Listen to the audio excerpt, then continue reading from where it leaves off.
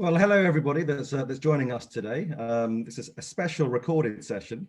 It's a conversation between myself, Nadim Ahmed, the Deputy Director for the OECD Centre for Entrepreneurship, SMEs, Regions and Cities. And I'm delighted to be joined today by Fabrice Martin, who's the head of the unit at a newly created Centre for Wellbeing, Inclusion, Sustainability and Equal Opportunity at the OECD, and Pierluigi Sacco, who's a Senior Advisor and Head of the OECD's Venice Office on Cultural and Local Development. We have, I think, an exciting discussion ahead of us today, discussing in particular what we know about the impacts of cultural participation on local development. For many years now, we've had a strong appreciation, I think, of the importance of the culture and creative sector more generally in driving economic growth, driving innovation, driving productivity. But we also know that it's an important driver of well-being. And part of the discussion today, or indeed a large part of the conversation today, is going to be focusing on what's missing in our knowledge set in terms of what we don't yet know and why we don't know those questions in terms of the impact of cultural participation on local development, but also, of course, on well-being. There are a number of questions that have been elucidated before the session, and you'll see those for those of you who are clicking in today. And I will come back to those questions, but of course, this is very much a conversation, and so it'll be quite fluid and dynamic, and we'll look forward to a very interesting conversation. So without further ado, I'm going to ask Fabrice and Pierluigi to set the scene by way of a presentation. So Fabrice, over to you. Thank you, Nadine. Hello, everyone. So I think the first interesting question is about the place of cultural indicators within well-being measurement frameworks. 10 years ago, in the aftermath of the Stiglitz-Sen Fitoussi Commission on going beyond GDP and setting up well-being initiatives, many countries have started looking at the well-being agenda seriously and have started crafting measurement frameworks for well-being. The OECD implemented its own well-being measurement framework, and the famous BLI, Better Life Index, which was and has been very popular at the time. Importantly, culture is very important and has taken an important place in many national well-being measurement frameworks. For instance, if you look at the Gross National Happiness Index in Bhutan, cultural indicators represent as much as 1/3 of all indicators in this framework. And likewise, in the New Zealand measurement framework, cultural indicators capturing, for instance, the Maori identity are very silent. At the international level, however, measuring cultural participation is much more difficult. For instance, culture is no dimension of the OECD well-being framework. And there are many practical reasons for this. First of all, cultural participation indicators can be felt to be too prescriptive. For instance, many available indicators focus on classical culture, like attending museums or operas or theater. Some of them could be perceived as too narrow.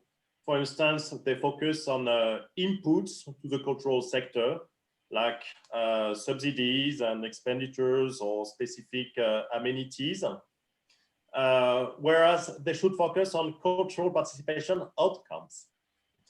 And thirdly, the country coverage of cultural participation indicators is really poor. There is only one activity, namely cinema, that has good international coverage.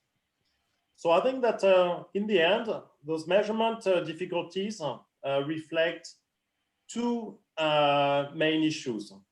The first one is that culture takes many forms. and it's important to be comprehensive in this regard when it comes to measurement. Secondly, the word culture itself is a bit ambiguous, because culture could either refer to individual or community's identity, or it could refer to some participatory activity. So in a sense, it's important to define culture well. And in this regard, the parallel between social and cultural capital is very useful. Putnam disentangles bridging activities and bonding activities. And I think that this distinction makes much sense in the field of culture. You could see cultural participation as a bridging social relationship, whereas identity, a sense of identity, is a bonding sense of community or belonging to a community or a country. If one follows that definition, then it's clear that measuring cultural participation should consider an extended measurement of bridging activities, which can be of any sort. Running a barbecue in your garden with friends is a bridging activity and can be thought of as a cultural activity in a sense. And to that aim, using time use surveys is probably a good way to proceed to that measurement. Thank you, Nadim. Thank you. Pierluigi? Yeah, I think that in particular, once we understand this, it's also important to understand what are the concrete pathways through which cultural participation has an effect on well-being. And we have very interesting insights from the literature in this regard. And without, of course, the aim of being exhaustive, let's quickly list some of them. So first of all, there is an intrinsic reward from cultural participation for people. We know that, for example, people develop a craving for narratives, for fiction, and they can have an enormous psychological satisfaction from that. Probably we suspect there is even a gene-culture co-evolution from this point of view. We have been designed biologically, so to speak, to respond in terms of positive well-being to exposure, for example, to stories or to stimuli of a sound or visual nature. Then there is the aspect of social cognition and prosociality. We are, in some sense, better functioning as social beings through cultural participation, because we learn better, for example, how to decipher what other people have in mind. And also there is the social connectedness dimension. We know that, for example, one of the things that make us more, let's say, miserable from the well-being point of view is being isolated. And the culture creates very, very important occasions for social connectedness and also for, let's say, group feeling, like, for example, singing in a choir or dancing together. Then there is clearly the relationship with physical activity. Of course, physical activity gives a positive contribution to well-being, and certain forms of cultural participation entail in turn important ways of exercising your body. Then there is the resilience dimension, which is also very important, especially in moments like these pandemic hard times, in which we have felt on ourselves what it means, for example, to have access to cultural stimuli in situations in which you are so much stressed and oppressed by the existing situation.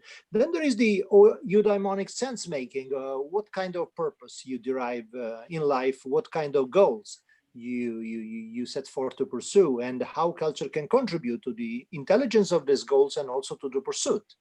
And then emotional regulation. Of course, mood swings are a very, very important component in determining our well-being, and culture has proven to have a very, very strong function in emotional regulation. Think again as how music, for example, can help in certain circumstances to regain your mood. And then, of course, as already Fabrice pointed out, there are social incentives in terms of identity and so bonding capital, but also recognition, which also has a very, very, very important bridging dimension. And we know that, for example, in situations in which most people participate in cultural activity, the well-being return for myself to participate is improved with respect to situations in which few people participate. So there are plenty of possibilities. The real point now becomes, okay, now that we know this, how can we mainstream this into policy? And of course, there are many difficulties and many question marks, and especially it's very important to understand how this lands at the local level. So what do you think about this, Nadim? Where are we, and what are probably also the lines of improvement and departure that we can explore in this regard? I guess that you've thrown the first question at me, and the other way around, of course, me throwing the questions at you, but perhaps I'll come back to that later on. I think, thank you very much for the presentations. I think you certainly answered the first question that we have in front of us, which is, why should we care more about it? I think it's very clear, and as I said in my opening remarks, that there is strong evidence that's appearing about the importance of culture and creative. But of course, it's still, as you said, Pierluigi, towards the end, missing very much in terms of the main part of the policy debate. It's not mainstreamed in our core thinking. I think that we know that one of the main reasons for that, of course, is because there's a lot of absence of data, particularly in the context of this participation. I mean, even the notion of participation requires perhaps a little bit more thinking in terms of how we define it, and that may in itself be a barrier to seeing it mainstreamed. But what do you think, for example, are some of the core challenges around the measurement of the notion of participation? In particular, for example, when we think about participation using some of these much more active mechanisms as opposed to the passive engagement. For example, the barbecue that you mentioned, Fabrice. How would we go about, for example, thinking about a measure that allowed us to better understand that? I mean, you mentioned time use surveys, so perhaps you could elaborate a little bit. Time use surveys is probably the most useful data source when it comes to understanding people's behavior throughout a given period of time. There are some issues with time use surveys.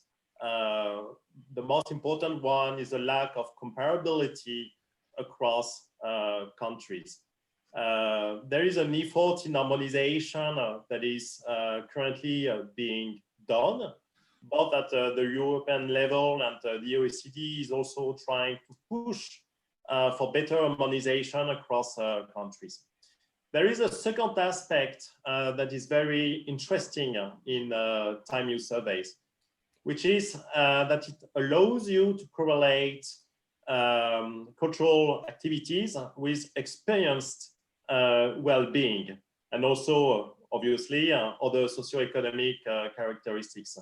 So it tells you a lot about the subjective well-being that is being experienced by people during cultural activities. And in a paper that we have done with Pierluigi, which is titled Cultural Participation and Well-being, we find a lot of evidence using time use surveys that cultural participation is actually the most enjoyed activity across all human activities by people. It's the one that is associated with the highest degree of subjective well-being. And you also find this kind of evidence at the macro level when you try to explain average life satisfaction in the country with respect to cultural participation. For instance, cinema attendance, you find a very strong and robust correlation even after controlling for level of development of countries. So there is both micro and macro evidence that point to the strong association between cultural participation and well-being. And in the paper with Pierluigi, we also review all the literature from neurological to medical studies to statistical surveys about that relationships, coming to very specific both active and passive cultural activities. And in all cases, for any kind of active or passive cultural activity, we find a very strong impact in some cases on subjective well-being and health outcomes. lower stress, lower heart rates, and a much higher subjective well-being. So the evidence is here.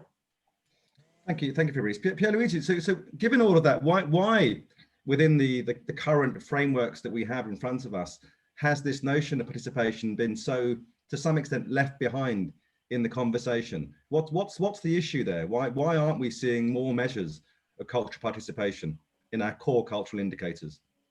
Now that's a very good question, of course. And the point is that there's been probably an overemphasis on the economic impact dimension.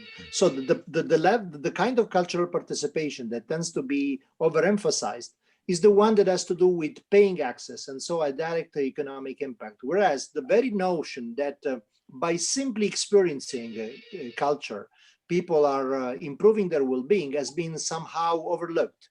So I think that from this point of view, there is a lack of conceptualization as to our capacity to make sense of why culture is important to people, and in particular, why culture can be, let's say, a driving force of an evolved notion of well-being and even welfare.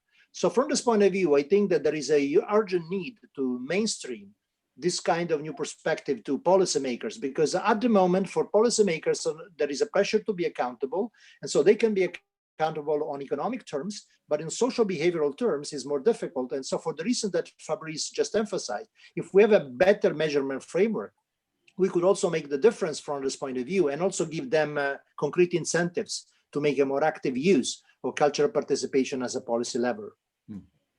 Thanks. I mean, Fabrice, and I think you too, Pierluigi, you did a lot of work on looking at, for example, the economic notion, the shadow pricing, for example, of the value of cultural participation. I mean, do you think that some of those approaches may exacerbate these disparities that we see? Because of course the perceptions of the value may differ depending on the income as you're responding to a time use survey. Is that a challenge? It certainly is. I think that of course one of the issues is that if we are just looking at let's say paywall participation, clearly this exacerbates income differences and social differences, also because there is clearly a gap determined by educational levels themselves. Of course, my capacity to make sense of cultural participation in many contexts, and especially in those contexts like, for example, museums or theaters, in which a lot of, let's say, previous cultural experience, previous cultural capital is needed to really appreciate what's happening, of course, reflects social gaps. But on the other hand, we also see that there is an incredible opportunity in reaching out to disenfranchised communities and opening up new possibilities, not in a paternalistic way. It's not the point of, I'll explain to you how to make a better use of your time. That's not the point. The point is widening the menu of possibilities. And for example, working in the public space, creating opportunities for direct cultural participation in the public space in the most disenfranchised parts, for example, neighborhoods of a city, and also as a way to exercise the right to the city that these communities have, proves to be an extremely interesting and fruitful new way. And there has also been a sort of, let's say, repentance with respect to the traditional creative cities approaches that were initially stressing the role of, let's say, the creative class as the driver of this new engine of social and economic development, and the inclusion aspect that was almost completely neglected from this first wave of approach to cultural-led development in cities and regions now has become the focus. And I think that this is where probably we can make the most difference. Yeah. Thanks, and I think that the inclusion aspect is also to some extent being reinforced, of course, by COVID. I think there's a much greater appreciation now of the importance of culture and creativity and well-being, but also this notion of the place-based dimension to it. Fabrice, you mentioned in your presentation the example of the barbecue, and that's perhaps one example of a mechanism through which we can basically improve cultural participation, and perhaps not the most obvious one, but I think a very tangible one to most people, is something we can understand, which brings us perhaps straight to our second question. Because of course, we know that there are lots of different forms of cultural participation, but we also know there are lots of available mechanisms. So how can we make those mechanisms work better to make sure that we increase cultural participation? And what can we do in terms of implementing those mechanisms in policy design? It's a very good and difficult question, Nadim. I think that this probably relates to the next step agenda, which is depicted on the last slide. I think that it starts first by improving the measurement framework. What we don't measure, in a sense, barely exists for policy makers. So there's urgency to improve the measurement of a comprehensive set of cultural activities. The second step is to recognize the value of cultural participation. It has a strong impact on mental health and subjective well-being. And by this, it has a value for society. And it's important to reflect and calculate that value. Otherwise, culture will only be perceived as a cost for society, just as health expenditures, for instance. So understanding the benefits of culture actually enables policymakers to run a cost-benefit analysis, and this is an endeavor that has been completed by the New Zealand Treasury. For instance, for any given policy reform, they make an ex-ante evaluation by accounting for all the multi-dimensional impact of the reform on people's well-being. And to do that, they need to monetize the impact on various well-being dimensions through the use of shadow prices. So this line of research is fully included into the OECD Wellbeing Center, the WISE Center, and so we should try to mainstream it and diffuse that knowledge among policymakers' cycles. And as a result, once well-being benefits will be factored in the calculation of policymakers, it will be naturally mainstream. My intuition would be that this calculation will probably tell policymakers to expand the funding, since it has an additional benefit in terms of better mental health and subjective well-being. It should probably be, its funding should probably be increased.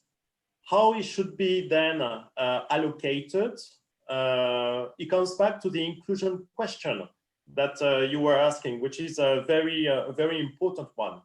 So this economic program, in a sense, should have two aspects. Find the right level of overall spending, and secondly, find the right inclusive allocation across the territory and across types of cultural participation. Thanks, Fabrice. I mean, to some extent, this chimes very well with the Secretary General of the OECD's often said phrase that if you can't measure it, you can't manage it. And I think that's certainly the case with cultural participation.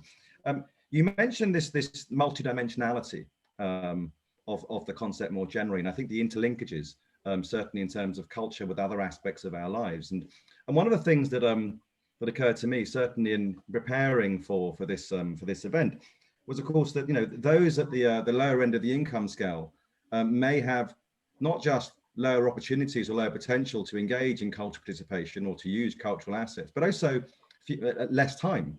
I mean, there's always that constraint as well. And how do we manage that overarching ecosystem to try to make sure that we look at the whole panoply of different instruments ahead of us, and so that we can make sure that we deal with some of these disparities? Pierluigi, can you perhaps offer some insights onto that, particularly, I think, recognizing the local dimension, because of course we understand very clearly that there are disparities in access to culture, and also disparities in terms of the ability to participate in culture.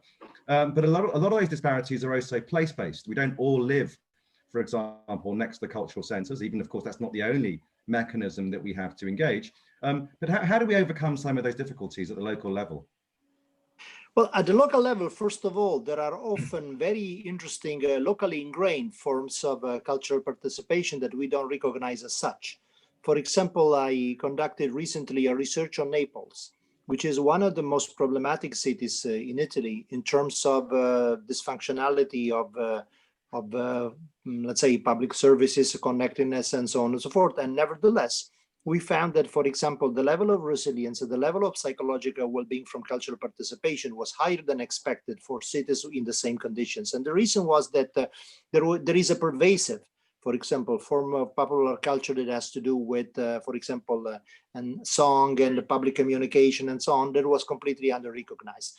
So the point is also making space, not necessarily for the most institutional forms of cultural participation, for which, as you absolutely correctly point out, sometimes there can be also difficulty in accessing, but also for cultural institutions, going to the public space and let's say, creating an active, lively conversation with these already existing forums in which people spontaneously engage, sometimes can be also laying the premises for an improved cultural participation. Again, enables, for example, there has been an extensive program now to involve young people from dysfunctional families into, for example, the valorization of the underground cultural heritage of the city, even creating a cooperative, for example, for the facilitation of, let's say, visiting and enjoying this particular kind of heritage.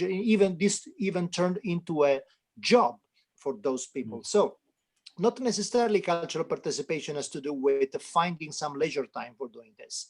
It also has to do with finding new ways to create social and economic value through direct engagement that can be productive. So I think that probably one of the best ways to make sense of this locally is to create new opportunities for creation of new local enterprise, for example, for generation of social economic value through cultural participation. And in this way, of course, this also creates a different mindset, for example, for families from low income context to engage in cultural participation, not just as a leisure that resembles what can be, for example, a lifestyle that is different than theirs, but is really interweaved, weaved into their own, let's say, daily palimpsest, so to speak.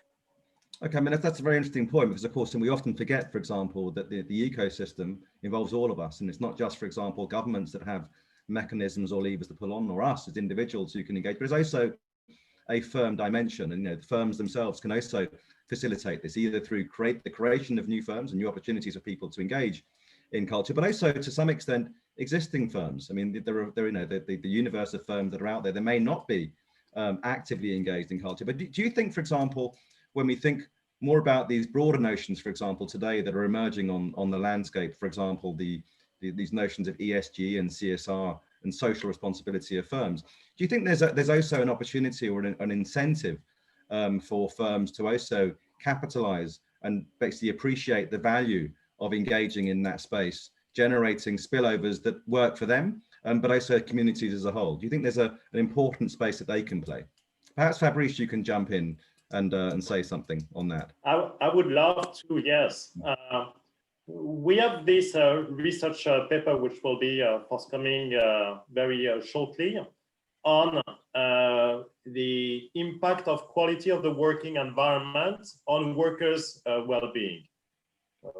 We define quality of the working environment as a balance between job demands that are asked to workers and job resources that they benefit from.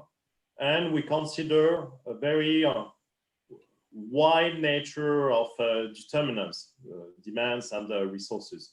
For instance, physical demands, physical hazards like exposure to pollution, job security or insecurity, social support at work, careers prospects, and so on and so forth.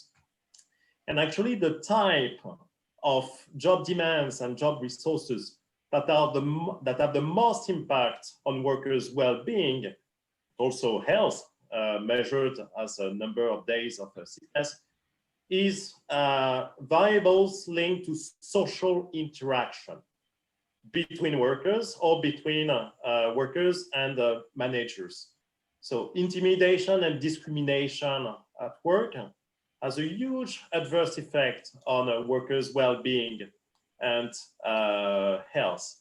Conversely, social support at work as a most benefits impact on workers. So any type of social interaction conveys a lot of impact on well-being. And if you think that social interaction can be channeled via cultural participation and cultural relationship between firms and local amenities, then there will be naturally a feedback effect on workers' well-being and people's well-being at large. Thanks, Fabrice. This sort of brings us very nicely to the last of the three questions that we had in front of us, of course, which is this notion of how we can use cultural participation or improvements in cultural participation to drive basically not just, of course, social sustainability, which is important, but also this notion of economic competitiveness. What's in it for the firms? Because, of course, we want to see higher engagement across all stakeholders, including firms. And the evidence, for example, already tells us that the culture and creative industries can be important drivers of productivity and innovation growth. But you've mentioned, for example, some aspects of basically what it can be done within the firm to boost competitiveness by focusing, for example, on these aspects within the overall strategy of the firm, engaging or investing, for example, in workers, investing in communities. So Pierluigi, I know that I think you were dying to answer the last question as well. So I think that perhaps you can jump in on this question and perhaps reflect a little bit on the last question too, if you want to. Well, thank you, Nadim. Now, I think that really there is a world of opportunity here. And if there is a field that is really under-researched today, is exactly how creative practices can make the difference from the point of view of competitiveness in corporate environments. We have at the moment ethnographic evidence because we need really a systematic survey of this kind of practices. But the ethnographic evidence gives us really, really interesting and inspiring cues in terms of what could make the difference in terms of involving, for example, workers in a specific corporate environment into creative practices. For example, I have examples of manufacturing firms working in very competitive environment, but that by introducing, of course, carefully designed creative practices with even artists in residence working within the corporate environment with factory workers, they experimented a dramatic improvement, for example, in their innovative performance in terms of a number of patents being registered, both, for example, from the design and technological innovation point of view, in some cases, even dramatic increases. The point is how this can be implemented in terms of the knowledge that is needed. It's not simply just calling in an artist and doing whatever it takes. It's really about the designing carefully on the basis of previous experience and choosing the right artist, creating the right setting. But if we start being serious about this, and designing and also experimenting with this, I think that there could really be a whole world ahead from this point of view, and Europe in particular, I think could be interesting in this particular regard, because there has been a long history and a long experience of previous experimentation that could be mainstreamed, let's say, into some, let's say, policy action. For example, at the regional point of view, I think that the regions that have a strong tradition in manufacturing and at the same time that have stronger cultural and creative sectors could really start, let's say, crisscrossing between these two pillars of their local development models to experiment new possibilities. Thanks, Pierluigi. I think I've probably taken us way above time, and I apologize for that. I think we can carry on this conversation for hours, to be honest, because it's extraordinarily rich, and as we've seen during the course of the conversation, it cuts across so many different areas, and I think this is why it's absolutely essential that we have a better handle on it. So I'm going to try to find some way of wrapping the conversation up, and not that's the end of the conversation. So I think it's the beginning of lots of other conversations. So I'm going to ask each of you perhaps to give me the three most important issues that you feel need to be addressed in terms of moving forward. So perhaps Pierluigi, because I can see you on the screen in front of me right now, you can have the first go, and then I'll hand over to Fabrice. Yeah, well, I'll probably steal some to Fabrice, and I apologize for that, but measurement clearly is the issue today. If you're allowed to do measurement, by the way, so that's okay. Measurement is really the issue, because if we don't have a uniform statistical framework for cultural participation, most of the policy work will be basically impossible. The second point is capability building and enablement, because participation is, of course, in one sense natural, but also requires experience and skills, and they have to be built. And the third aspect is, I think, the social dimension. We tend to think especially of the economic dimension of cultural participation, but the social channel through which we generate economic value sometimes can be even more substantial than the direct economic channel itself. Thank you. Fabrice? I have, unfortunately, exactly the same three priorities. First, measurement. Second, valuation. Third, inclusion. You need to address these three objectives simultaneously in order to run the well-being policy cycle well in the cultural area. Well, look, thanks to both of you. Like I said, I think this is a conversation that could go on and on and on. And to be honest, I quite like the idea that perhaps we could have this conversation again as a follow-up, continuing this dialogue. I think I've learned an awful lot from both of you during the course of the conversation. I have an awful lot more to learn, I think.